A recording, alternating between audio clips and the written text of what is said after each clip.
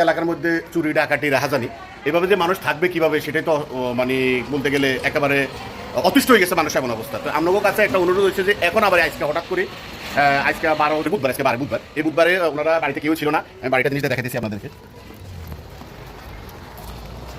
এটা হচ্ছে জাপানি ইসমাইলের বাড়ি। উনি নাই, উনি জাপান আছে বর্তমানে, এই যে আর কি। আর দ্বিতীয় কথা হচ্ছে যে উনি ওনার পরিবার ছিল না থাকার কারণে ওনারা ঢাকা ছিল। ঢাকা থেকে আসি দেখে এখন মনে করুন অবস্থা এইখান দিয়ে চোরটা ঢুকছে মূলত ওটার পিছন দিয়ে।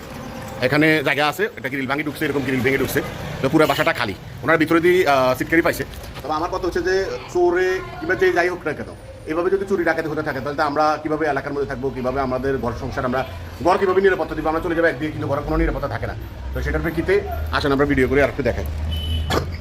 এই ঘরে ঢুকার কেন্দ্র এই হচ্ছে ওনাদের।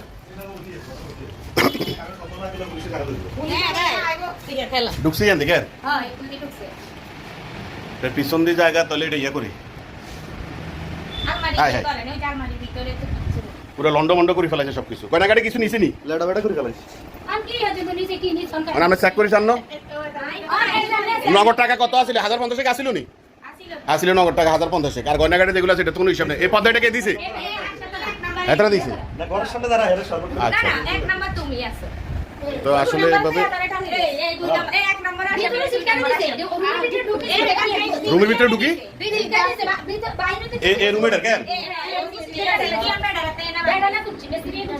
আচ্ছা আচ্ছা আচ্ছা, তাহলে এই হচ্ছে পরিস্থিতি। এভাবে সবগুলো ভাঙি চুরি সবগুলো নিয়ে চলে গেছে। হ্যাঁ, গ্লাস টাস ভাঙি।